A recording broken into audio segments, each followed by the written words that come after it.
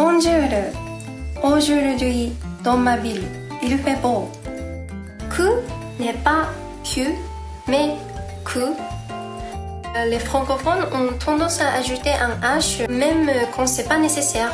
Oni ga hashiru, ashi ga hayai. Minasan konnichiwa. Bonjour, c'est Hiromi.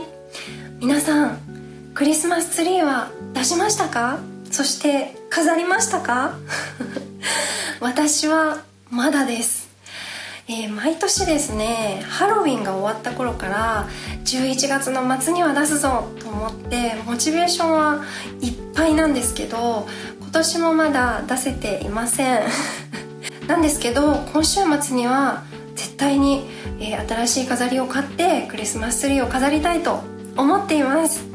はい、おしゃべりはこれぐらいにして、je passe en français. Je fais cette petite vidéo pour répondre à une question qui revient de temps en temps dans les commentaires. En fait, jusqu'ici, j'ai reçu quelques messages où on me demande de mettre l'alphabet latin, donc le romaji, pour lire les mots que je présente dans mes vidéos. Et franchement, ça me fait très plaisir ce genre de message parce que ça montre bien qu'ils ont envie d'apprendre à prononcer les mots que j'ai présentés. Et du coup, merci beaucoup pour ceux qui ont pris le temps de m'écrire. Par contre, vous avez peut-être remarqué que je ne mets pas l'alphabet latin, le romaji, partout dans mes vidéos. En fait, c'est exprès. Dans cette vidéo, je vais vous expliquer pourquoi. C'est vrai que l'alphabet latin est très pratique au début et je le sais très bien parce que quand j'ai appris le russe, ça m'a vraiment beaucoup aidé. Donc je le sais très bien. Mais par contre, ça ne reflète pas vraiment la façon dont les sons japonais sont prononcés. Par exemple, le son fu en japonais, ça n'existe pas en français. Et donc si on l'écrit comme ça, tout comme beaucoup de manières d'apprentissage de japonais, et que vous le prononcez à la française, ce n'est pas la bonne prononciation. Et maintenant, j'aimerais faire une petite démonstration. Je vais parler français à l'aide des caractères japonais. Vous allez voir ce que ça donne. Allez, go! Bonjour! Aujourd'hui, dans ma ville, il fait beau, mais il fait très froid, et il y a du vent. Je n'aime pas le froid, et je ne veux pas sortir. Pour ceux qui regardent mes vidéos, beaucoup d'entre vous connaissez la langue japonaise, donc vous avez peut-être réussi à deviner. Mais je me demande si mes collègues au travail me comprennent pas. Du coup, je viens de dire Bonjour, aujourd'hui dans ma ville, il fait beau, mais il fait très froid, et il y a du vent. Je n'aime pas le froid, et je ne veux pas sortir. Ce que j'aimerais surtout dire, c'est que c'est quand même très important d'apprendre les sons de la langue qu'on apprend. Je sais que j'ai encore un accent quand je parle français, ce qui est pénible pour moi. Mais comparé au début, ça s'est vraiment amélioré. Et puis beaucoup disent que c'est quasiment impossible d'apprendre la prononciation d'une langue étrangère correctement après 8-10 ans. Mais je vous assure, ce n'est pas vrai. Quand j'ai commencé à apprendre le français, j'étais déjà adulte. Et en tant qu'adulte, on a même certains avantages par rapport aux enfants. Par exemple, on est capable de réfléchir, de comparer, d'analyser.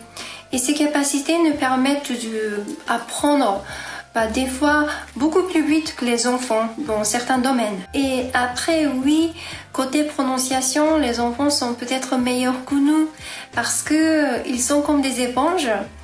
Mais ça ne veut pas dire qu'on ne peut pas progresser non plus. En analysant les sons de la langue que vous apprenez et en les comparant avec les sons de votre langue maternelle, vous pouvez vraiment améliorer votre prononciation. Alors pour terminer, je vais vous présenter quelques sons qui posent souvent des difficultés à mes élèves quand ils essaient de les prononcer. Alors le premier, c'est la voyelle U en japonais. La voyelle U n'existe pas en français. bien qu'elle soit souvent transcrite par U. D'ailleurs, je ne sais pas si je prononce bien ou pas U. En effet, les deux sons, donc U en japonais et U en français, sont bien différenciés en alphabet phonétique international, comme le montre l'écran. Normalement, je vais ajouter après le tournage. Et du coup, à chaque fois que j'essaie de transcrire à mon japonais en alphabet latin, ça m'embête parce que pour moi, ce son est entre OU et E en français.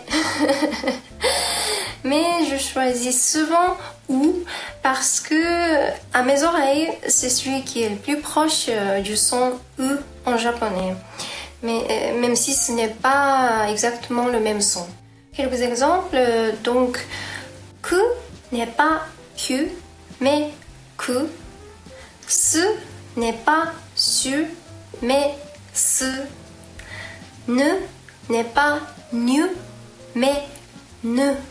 Ensuite, la transcription AN. Pour les mots transcrits avec AN comme manga, les francophones ont tendance à prononcer manga, ce qui fait penser aux japonais à la transcription manga. C'est comme dans manga. Ça peut vous apparaître un peu bizarre, mais en japonais, le n est considéré comme une syllabe, même s'il n'y a pas vraiment de voyelle. Du coup, quand vous le prononcez, je vous conseille de le découper en 3 parties, soit en nombre de hiragana, ma, n, ga, pour éviter de prononcer le son AN comme en français. Donc ça c'est kanji et pas konji. Et il s'appelle Tanjiro, mais pas Tanjiro. Pour terminer, le son H.